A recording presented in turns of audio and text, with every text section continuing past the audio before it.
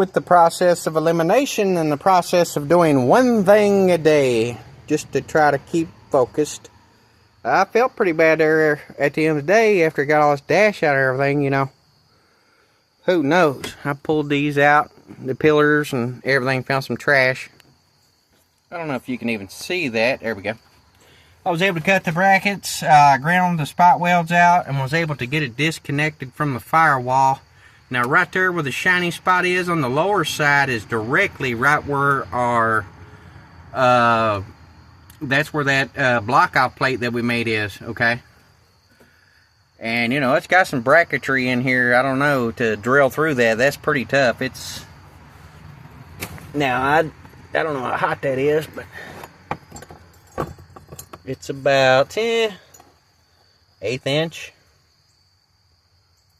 maybe. We cut one of the studs off. Now what was holding us was a bit of wiring harness that went back in there. Then those tits, if you will, I don't know if you can see them, they're painted red. Those tits right there is what was holding on the heater box. This is your mount for your electronic gas pedal. We're going with drive-by cable. Air box is out. Right there's where the wiring harness comes in. Right there's where another part of the wiring harness comes in. We'll probably end up pulling that back out. Even though we put it together, not a big deal. I mean, that's just the way we got to do it. That way we can keep up with our parts and our bolts and, you know, kind of keep little boxes of whatever goes wherever. So, let's get another side view here. Right there's the side view. And I got the fuel rail pulled off. It took a little bit to do that. You know, we're just doing one thing a day until, you know, maybe we make better days, maybe we can't. Back's been hurting wicked. So, here is the fuel rail off. I don't know if anybody's seen that. That gives us room behind the motor so we can cut it. You can see right there is where it's hitting. That's where the shiny spot is. Right there was our two spot welds with that bracket, and you can see the paint's coming off of those a little bit because they got hot and they're kind of pulled in now. So right there, if we can eyeball, get our eyes in there, okay, you see the spot weld there, okay, you see the spot weld there, okay, directly below it. Now as we come into the inside, we can guesstimate. We can throw a tape measure on it, get a lot closer. So with the process of elimination, we're taking our time. Right there is that spot weld. And right there is our dent. So we're real close to that spot weld. We could take a tape measure and probably get it pretty close. It kind of looks like a double panel. Look at that. I don't know, it's maybe the outside of the motor. I can't really see. Oh, it just put a crack in it or something. Almost looks like it's double paneled. I don't know. But now we can cut that. Once we cut that, we're going to poke some holes here. Somewhere right there where that dipstick tube is coming through for the transmission. So we're going to be like right in here or something. We might need to cut a flap if we can and peel that up and put the bolts in it for the back of the transmission on the top. There ain't no way to get in there. Once you pull that motor up, you're just not going to have no room to get at those bolts from this way. You know, I mean, you could put a body lift on it. You could do a lot of stuff. You know, you can put a body lift on it, and you know, you can just lay up in there with enough lift, but we ain't doing all that. We get a flap cut.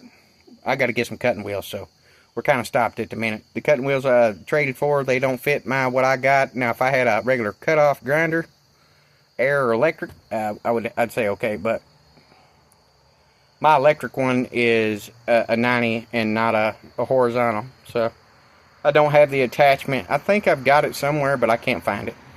I know it came with something like that to use. I don't want to use one of them discs. My buddy's got a big scar on his chin where he was using a big one without a guard, and it came out and stuck in his chin. He's got a big old... My face, look at it. It looks awful. So, that happened to him. He was using it. You're supposed to check the back side with a hammer. Supposed to tap them every time you use them, technically. If you got PPE gear on to where it's got a full face mask, you know, some of those are almost bullet resistant, to hear what they say about them on reviews and stuff. They test them.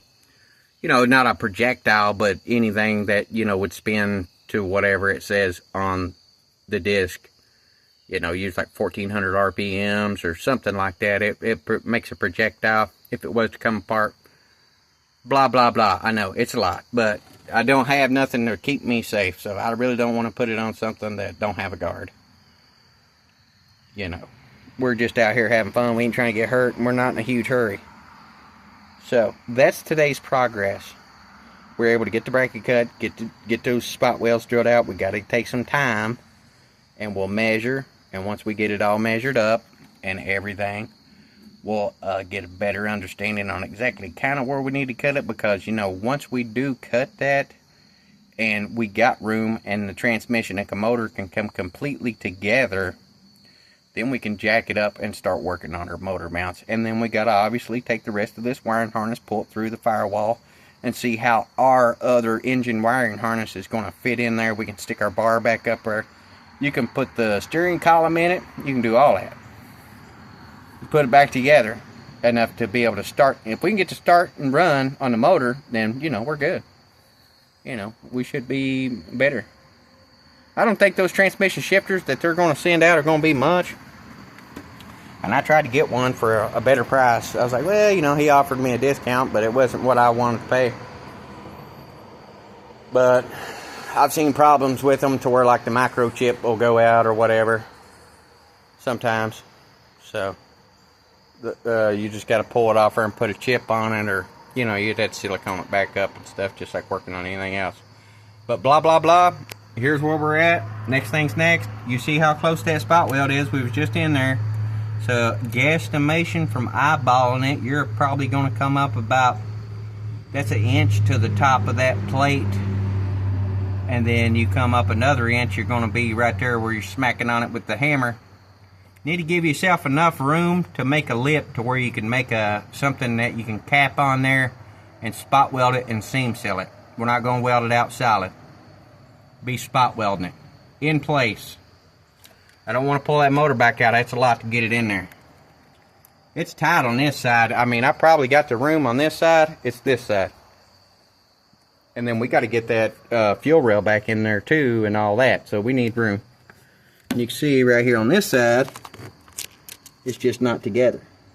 There's about almost 1/4 inch gap. Now it could be some of that right there. It's hitting. And where it's hitting, right there, where it's hitting, you know, it needs to come up. So in order to come up, we got to cut. We're going to cut that in order for it to come up an inch or whatever. We'll cut it an inch. We'll cut it 2 inches and then bend it. I'll get something and make a lip to where maybe we get a couple inches, so we can have something sticking out to the back side. Once you cut it and then bend it out, it'll have a flat spot, and you can put your whatever on there and finesse it in. And then you can see right here is our dipstick tube. You can see it comes in here, dipstick tube. It comes in here by that right there. Now it'll fold up in there tight. Once you get it in position. Got to make another bracket for that. But process of elimination, the next step is going to be cutting it. But like I say, might be a few, maybe you might be turning into like a week before you get another video. So I hope you enjoyed this one. I mean, it's just basically yapping. I mean, a lot of people want to see work. You know, I'm doing the process of elimination the way I know how to do it, just one thing at a time. I might honestly get a Sawzall in there if I think I can do it. If not, I really don't want to pull the motor out, so I'd like to get a cutoff wheel. We might be able to get a cutoff wheel in a couple of days or something. I don't know what it would take, but we'll get it. And we'll figure it out from there. But hopefully next time we come on here, we'll get that cut, get it up, and get it all the way together. Once it's, I mean, finesse. We're not trying to take a ram and push it together and force it together. I want it to come together and then have room. Once we have room, we'll start working on motor mounts. But the videos might start spacing out 3-4 days. I just kind of keeping you up to date and everything. So one day at a time, we're making progress.